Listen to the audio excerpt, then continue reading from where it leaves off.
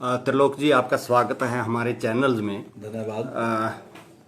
चुनावों को लेकर बात करते हैं। चुनाव नजदीक हैं तो भाजपा बेदी जी, बेशक चुनाव नज़दीक है। भारतीय जनता पार्टी ऐसा राजनीतिक दल नहीं कि जब चुनाव नज़दीक आते हैं तो तभी तैयारी करता है। भारतीय जनता पार्टी पहले ही दिन से चुनाव की गंभीरता को लेकर योजना के साथ काम करना शुरू कर देता है। और आज भारतीय जनता पार्टी विश्व का सबसे बड़ा दल बनकर उभर कर आया है। और पार्टी ने जिस तरीके से चुनाव की योजनाओं को डिज़ाइन किया है, उसकी जो तैयारियां की है, उससे ये निश्चित है कि हिमाचल प्रदेश में इस बार कांग्रेस का जो बचा खुचा जो ढांचा है वो भी पूरी तरह ध्वस्त हो जाएगा। अर्थात दूसरी बार हिमाचल प्रदेश की सरकार बनने से और मुख्यमंत्री की शपथ लेने से कोई भी नहीं रोक सकता है।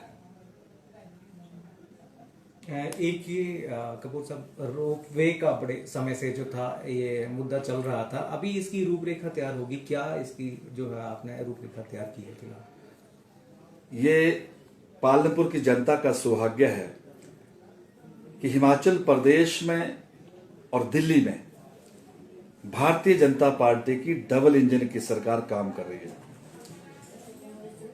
पालमपुर में जब भी कोई बड़ा विकास का काम हुआ तो भारतीय जनता पार्टी के शासन में ही हुआ।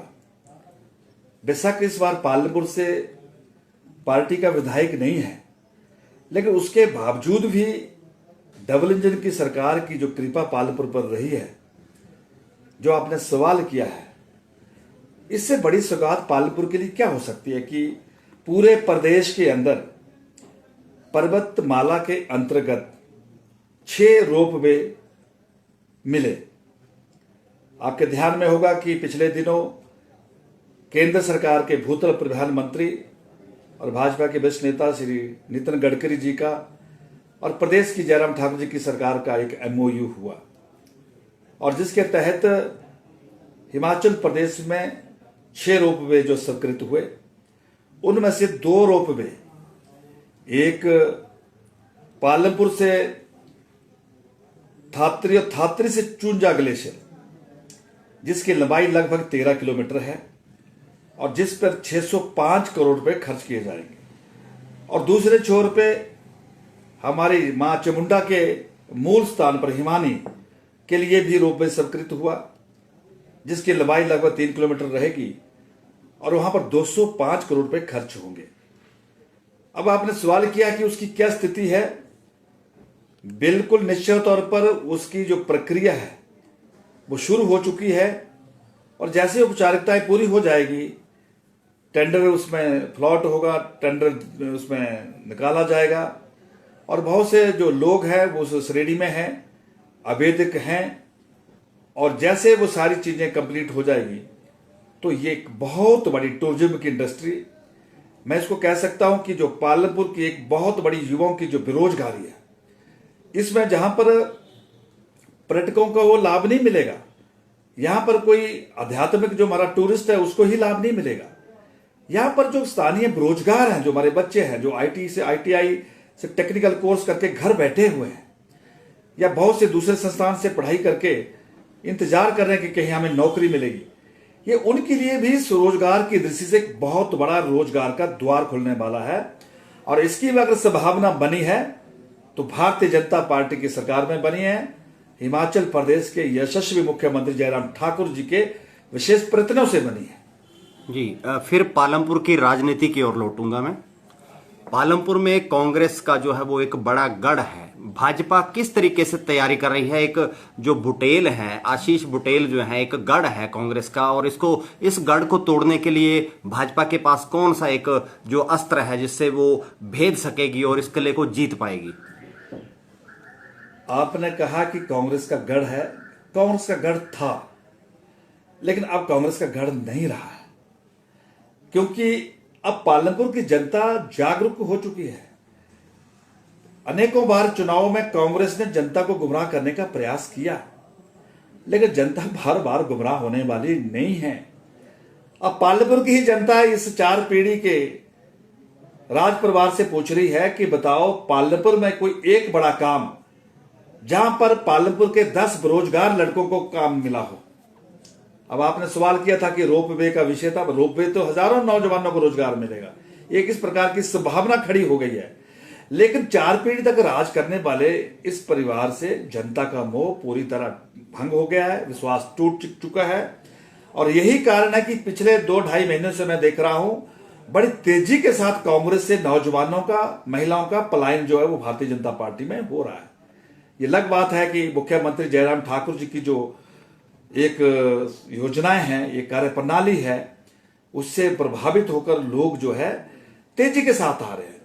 पिछले दिनों की मैं घटना का वर्णन करना चाहता हूं, मीडिया ने भी उसमें उसको लिया। एक हमारी बहन ब्लॉक समिति की मेंबर थी, उसके माध्यम से मुझे टेलीफोन आया कि हम भारतीय जनता पार्टी में शामिल होना चाहते हैं, मुझे समय चाहिए। मैंने उनको समय दिया। वो 6 बजे मुझे मिले, पति के साथ आई थी, और मैंने पूछा क्यों आप शामिल होना चाहते हैं भाजपा में।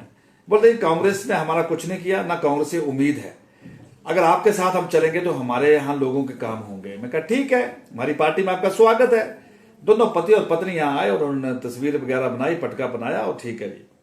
लेकिन कांग्रेस पार्टी ने क्या किया कि उनको बुरा लगा कि हमारी तस्वीर खराब हो जाएगी, हमारा नेगेटिव हो जाएगा, उस महिला को जैसे तैसे करके रोको, दोबारा बनाओ। और जो जो किया हमें सारी जानकारी मिलती रही, लेकिन आज भी वो महिला दिल से जो है वो बीजेपी के साथ है और दबाव से जो वो कांग्रेस के साथ है। और यही कारण पिछले दिनों एक और घटना हुई कि एक ग्राम पंचायत पढ़ियारकर के 24 नौजवान मेरे पास मिलने आए। उन्होंने कहा कि कपूर साहब, हमने आपके काम करने की क्षमता को देखा है। एक हमारे रिश्तेदारों से जुड़ा हुआ गांव धरेड़ है, और धरेड़ गांव के लोग कह रहे हैं कि हम लगातार कांग्रेस परिवार के पास जाते रहे, वो हमें ठगते रहे कि हम आपकी सड़क बनाएंगे, उनसे सड़क नहीं बनी। और जैसे वाले धरेड़ वाले त्रिलोक कपूर के पास गए, 1 हफ्ते के अंदर काम शुरू ही नहीं हुआ, सड़क बनकर भी तैयार हो गई और आना जाना उसी रास्ते से भी लोगों का शुरू हो गया। इसलिए हमें विश्वास है कि हमारी समस्याओं का भी समाधान होगा, हम आपके साथ जुड़ना चाहते हैं। मैंने उनको कहा भाई देखना, आज ज्वाइन करके जाएंगे, कांग्रेस वाले मित्र आपके पास वहां पहुंच जाएंगे। बोलते हैं एक वक्त था वहां तक तो हम रुक सकते थे, लेकिन आप पूरी तरह मन से आए हैं, आपने हमें नहीं बुलाया, हम आपके पास चलकर आए हैं, आप हमें अपनी पार्टी में शरण दीजिए, हमें अपनी पार्टी में आप शामिल करिए। कल वो आए, बातचीत हुई, उत्साहित थे नौजवान, और उन्होंने जो मुझे कुछ वहां की स्थानीय समस्याएं बताई, मैंने कहा कि निश्चित रूप से हमारी सरकार इन सारे विषयों को लेकर पहले से ही संकल्पबद्ध है, और फिर भी हम प्रयास करेंगे कि आपको जल्दी जल्दी वो आपके जो काम पूरे हों।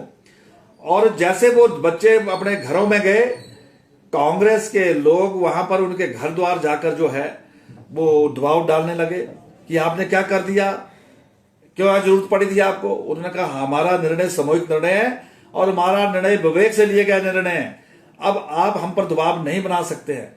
इस प्रकार की स्थिति कांग्रेस की पालमपुर में बन चुकी है। और बेदी जी आप रहने होंगे, पिछले दिनों हिमाचल प्रदेश की जयराम ठाकुर जी की सरकार ने बजट में भी और एक उससे पहले भी मुझे याद है कि 25 जनवरी को ये एक विशेष अवसर पर निर्णय लिया कि जो पेंशन की जो आयु सीमा है वो 80 साल से 60 वर्ष कर दी गई। और बहुत बड़ा निर्णय, बड़ा लोकप्रिय निर्णय हुआ, लोगों में बड़ा जबरदस्त संदेश भी गया। हमारे पार्टी के प्रमुख कार्यकर्ता ने एक योजना बनाई कि हम जिनकी आयु 60 वर्ष की हुई है, हम उनके घर द्वार जाके फार्म भरेंगे और सभी फार्मों को इकट्ठा करके वेलफेयर ऑफिस में देंगे ताकि जल्दी उनकी पेंशन सैंक्शन हो जाए। और वैसे ही हमारे कार्यकर्ताओं ने काम किया, और जैसे ही पेंशन सैंक्शन हुई, पालमपुर के विधायक, जिनको चिट्ठी वाला विधायक बोलते हैं, उन्होंने तुरंत चिट्ठी लिख दी कि आपकी पेंशन सैंक्शन होगी, आपको बधाई हो। मुझे तब प्रसन्नता होती कि अगर पालमपुर के विधायक ये कहते हैं कि मैंने अपनी जेब से आपकी पेंशन सैंक्शन हो कर दी है, आपको उसकी मुबारकबाद। या पालमपुर के विधायक ये कहते कि हिमाचल के मुख्यमंत्री ने, अगर मेरा मुख्यमंत्री नहीं बोल सकते हैं तो इतना कह देते कि हिमाचल के मुख्यमंत्री ने आपकी पेंशन सैंक्शन कर दिया, आप जिसकी बधाई हो। तब तो मैं मानता कि पालमपुर के विधायक ने एक बड़ा मन करके सच्चाई को बयान किया है और फिर मुबारकबाद देकर लोगों को दिल जीतने का काम किया। जी। एक बात यही नहीं, पिछले दिनों की एक ताजी घटना बता रहा हूं। बनूरी का ट्रांसफार्मर बहुत पुराना था, जल गया था, सड़ गया था, और बनूरी के पार्षद मोनिका शर्मा जी और उनके साथ एक टीम मेरे पास आई कि हमारे इस ट्रांसफार्मर को आप बदल दीजिए, हमें नया ट्रांसफार्मर चाहिए। मैंने तुरंत विभाग से बातचीत की, जो संभव था वो करने का प्रयास हुआ, और विभाग का भी धन्यवाद करना चाहता हूं कि उन्होंने रिकॉर्ड समय में ट्रांसफार्मर की स्वीकृति दी, और वो ट्रांसफार्मर अभी तैयार ही हुआ था। और जैसे पालमपुर के विधायक को सूचना मिली, तुरंत वहां पहुंचकर फोटो खींचकर सोशल मीडिया में डाल दिया कि मैंने पालमपुर का ट्रांसफार्मर बनूरी का जो है वो तैयार करवा दिया। सच्चाई क्या है, वहां की हमारी चुनी हुई पार्षद मोनिका शर्मा है, आप उसका इंटरव्यू लीजिए कि कैसे कैसे ट्रांसफर सैंक्शन हुआ और कैसे उसको तैयार किया गया। मतलब मैं कह रहा हूं कि ये चिट्ठियां लिखकर लोगों को गुमराह करना, ट्रांसफार्मर में जाकर जो है फोटो खींच के सोशल मीडिया में झूठी बाई बाई लूटना, अब इससे पालमपुर में इनका भला होने वाला नहीं है। सच्चाई ये है कि पालमपुर की बहनों का आज इंटरव्यू लीजिए आप, पालमपुर के नौजवानों का इंटरव्यू लीजिए आप। ये जो तेजी के साथ पलायन हो रहा है, इसका अर्थ क्या है? इसका अर्थ यह है कि पालमपुर की जनता ने मन बना लिया है, पालमपुर में इस बार बदलाव होकर रहेगा, बदलाव होना तय है। जी। कमेंट्स में कुछ दर्शक जो हैं वो क्वेश्चन कर रहे हैं कि करुणामूलक जो है उनको लेकर जो है अभी कल जो है 2 दिन पहले जो है आंदोलन छेड़ा गया है, इसको लेकर भाजपा का क्या प्रयास रहेगा? ये लोकतंत्र है, हर किसी को अपनी बात रखने का अधिकार है, चाहे वो आंदोलन के रूप में, चाहे वो प्रतिनिधि दल के रूप में।